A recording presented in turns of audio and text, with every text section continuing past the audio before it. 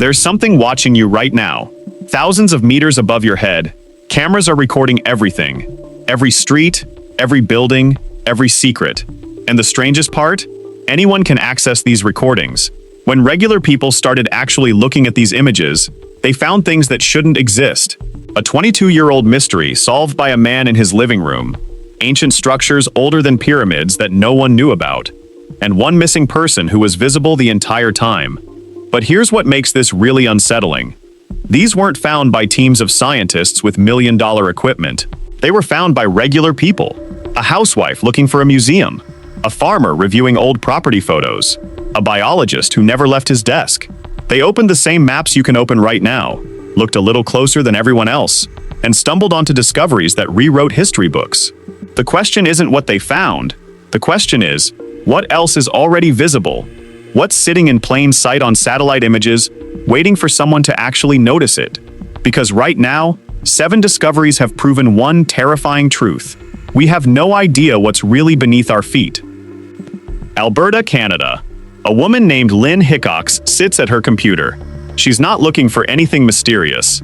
She just wants directions to a dinosaur museum. So she opens Google Maps and zooms out a little further than planned. That's when she stops breathing.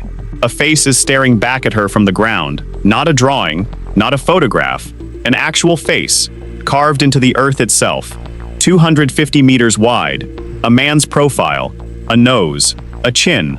A feathered headdress, like an ancient tribal leader. Every detail is anatomically correct. The proportions are perfect. The angles match real human anatomy.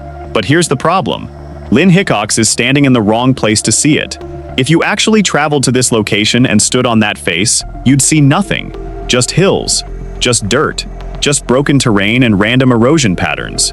The portrait only exists from above, only visible from space, only discoverable if you're looking down from the sky.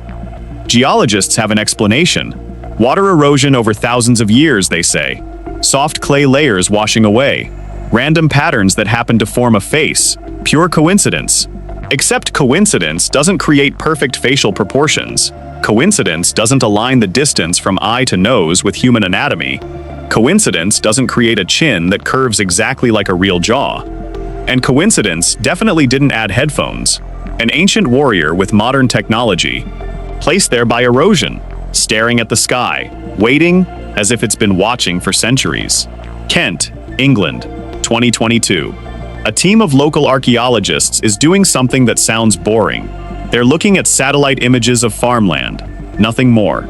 Just volunteers examining pixels on a screen. Then one of them notices something. The crops in one field are growing in a pattern. Not randomly, not naturally. The grass is taller in some places, shorter in others. The green is darker where it's denser, lighter where it thins out. To a normal person, it's a farming mistake, bad soil quality, uneven irrigation. To an archaeologist, it means one thing. Something is buried underneath. 50 volunteers start digging. They don't expect much, just curious. Within days, stone walls emerge from the soil, then more walls, then a structure, then something that makes them freeze. A heating system. Not just any heating system. Central heating. In the year 200 AD, under an English farm field, where sheep have been grazing for centuries, the Romans called it a hypocaust. Hot air from a furnace circulating through hollow spaces under the floor. Warm air rising through walls. An entire building heated evenly. In the 2nd century, before medieval Europe even had fireplaces. This villa required something else too. Wealth, constant firewood, workers to maintain the flames. The owner wasn't just rich, they were trading crops to London, maybe to France. Building luxury while most people burned wood in open pits and froze. Then they left, packed everything, abandoned the villa, and for 1500 years it vanished. Not from history books, from existence itself, until someone looked at a photograph from space. Egypt, the Sahara Desert. 1997. Someone took a compass the size of a skyscraper and drew on the sand. 178 cone-shaped mounds arranged in 2 spiraling patterns. Each cone is precisely positioned. The spacing is geometric. The layout is perfect. The entire structure covers 14 football fields. And it was made by hand. 3 Greek artists named Danae Stratou, Alexandra Stratou, and Stella Constantinidis created this. Not for tourists, not for museums, for satellites. For 9 months, construction crews moved 8,000 cubic meters of sand. No payment, all volunteers. All working because they wanted to see their vision come alive from the sky. In the center sat an artificial lake, 30 meters across. It was supposed to feed the sculpture with water. But the artists knew something everyone else didn't. They built this artwork to disappear. Wind slowly erodes the cones. Sand fills the spirals.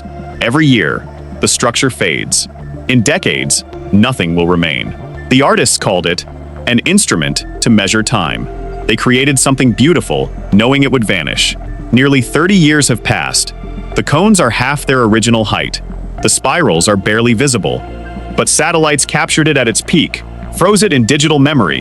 Now it exists forever in pixels, while disappearing from sand. The desert is slowly breathing it away.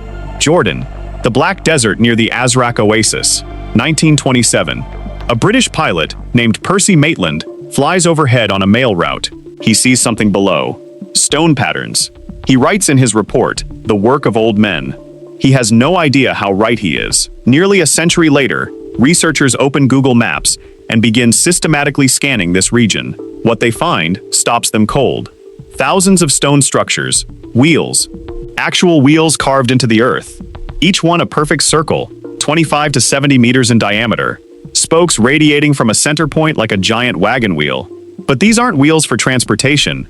They're geoglyphs, and they cover an area spanning Syria to Saudi Arabia.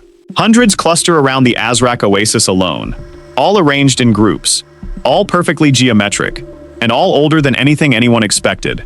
Scientists used a dating method called optically stimulated luminescence on 2 wheels. The results were staggering. 8,500 years old. Not 5,000, not 3,000. 85 centuries. That's 6,000 years older than the famous Nazca lines in Peru. But here's what makes archaeologists lose sleep. The wheels aren't random. One group of wheels has spokes pointing in a specific direction, southeast to northwest, precisely aligned to where the sun rises on the winter solstice. 8,500 years ago, people without airplanes built images only visible from the sky. They aligned them to the sun with compass accuracy, and they did this centuries before anyone could possibly see their work from above. Someone knew what they were doing. Someone planned this for an audience they could never reach. But who were they building for? Mozambique, 2012. A biologist named Julian Bayliss sits in front of his computer at Oxford University. He's doing something methodical, scanning satellite images of Eastern Africa, looking for mountains with untouched vegetation, dense forests where humans have never been. He's done this before. Found mountains this way. Discovered entire species no one knew existed. His eyes catch something on Mount Liko, a crater, an ancient volcano crater, 700 meters above the surrounding flatland. Vertical cliffs that fall away like a fortress. And inside that crater, something impossible. A tropical forest, 30 hectares of pure jungle, surrounded by rock walls so steep that no normal person could reach it. For 6 years, Bayliss collects funding, assembles a team, plans an expedition. In May 2018, 28 scientists arrive at Mount Liko. They face one problem. The walls are vertical, 125 meters of straight rock. No stairs, no path, just stone. They climb. At the summit, they step into a world untouched for centuries, maybe longer. The forest has grown here, isolated, since before humans arrived in this region. Trees they've never seen, plants that exist nowhere else. Every step reveals something new. Then they find the clay pots. Upside down, arranged intentionally, placed at the source of a stream flowing down the cliff. Someone climbed this vertical rock. Someone without modern equipment. Someone who reached this impossible place and left offerings to ensure water in the dry season. Who was it? When did they come? How did they climb? No one knows. A biologist found it on a computer. 28 experts had to risk their lives to confirm it was real. The South Pacific, between Australia and New Zealand. Every map shows it. Sandy Island, a landmass the size of Manhattan. Black polygon on Google Maps. Official coordinates, real island. Except it doesn't exist. The story starts in 1876. A whaling ship called the Velocity reports seeing sandbanks in this location. The report goes into the British Admiralty records. Someone transfers it to 20th century databases. Then it gets copied into digital maps. Google Maps picks it up. So does every other mapping service. 136 years. An island that was never there. Existing in pixels. Existing in databases. Existing in data, but nowhere else. In 2012, an Australian research ship passes through those coordinates. The crew measures the water depth, 1,300 meters. Open ocean. No island, no sandbanks, just water. The island vanishes from all official maps. But here's what's disturbing. How many other places on your maps don't actually exist? How many satellite images show things that aren't real? How much of what we trust as documented fact is actually just repeated error? You can navigate by something invisible, believe in something that was never there, and the only way to know the truth is to actually go and check. Kazakhstan, a remote location so isolated that even locals rarely visit. On the southern shore of an artificial reservoir, satellites captured something that made the internet explode. A pentagram. A perfect five-pointed star inside a circle, 366 meters in diameter, surrounded by nothing. No roads, no buildings, no signs of civilization for kilometers in any direction. Within hours, the internet fractured into two camps. The first saw satanic ritual ground zero, dark ceremonies, occult worship, evil captured from space. The second saw a secret military base, government experiments, hidden agendas. Someone even placed markers on the map. 2 points labeled Adam and Lucifer. Then the markers disappeared. The ability to zoom in that area was restricted. The conspiracy deepened. But archaeologist Emma Usmanova had spent a decade in this region. She knew something everyone else didn't. The pentagram was a park. Soviet era, built in the shape of the Soviet star, one of the USSR's most important symbols. Constructed when Kazakhstan was part of the Soviet Union. Abandoned when the country gained independence in 1991. The trees that lined the pathways grew for 30 years. The benches rotted. The structure decayed, but the outline remained clear from above.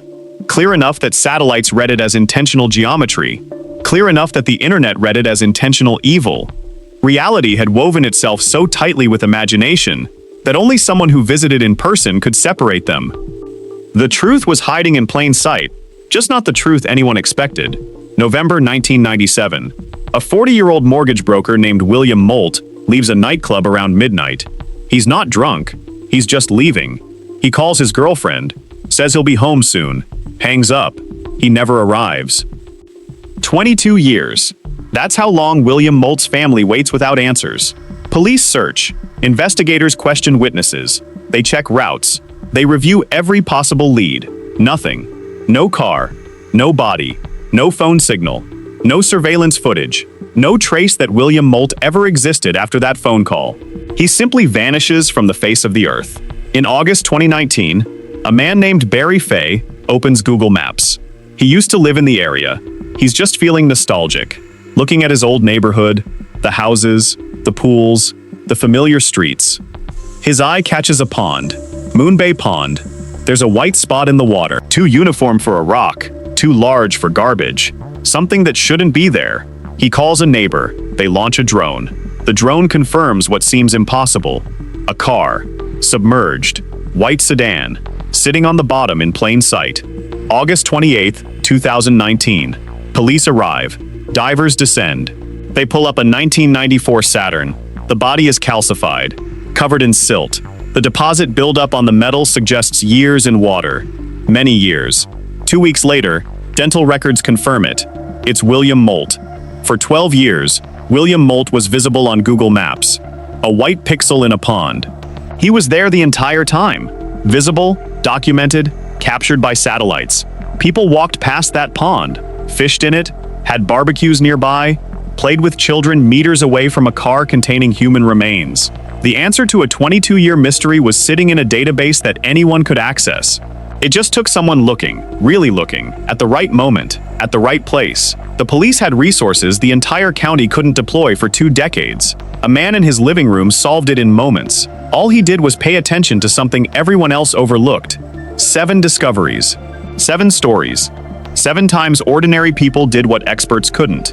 A housewife found a giant's face. Farmers uncovered Roman luxury. Volunteers discovered art designed to disappear. Biologists located lost worlds. A man solved a 22-year mystery by looking at a pond. None of these required million-dollar equipment. None required secret government satellites. None required credentials or PhDs or research teams. They required one thing: attention. Right now, satellites are capturing everything. Every meter of land, every corner of ocean, every detail of the world we think we know. And somewhere in that data, discoveries are already documented, already visible, already waiting. An archaeologist named Sarah Parcak found 17 pyramids and 3,000 ancient settlements in Egypt using the same free satellite data you can access. She called herself a space archaeologist, won a TED Prize for it, used no secret equipment, just looked harder than everyone else. The question isn't what's already been found, the question is what you're going to find. Because while you're watching this, satellites are still recording, and somewhere on those images, there's a discovery that will rewrite history, or solve a mystery, or reveal something that changes everything. Maybe it's under your town, maybe it's in your state, maybe it's waiting in a location you've walked past 1,000 times. The only difference between you and every person in this video is one simple choice. Are you actually going to look?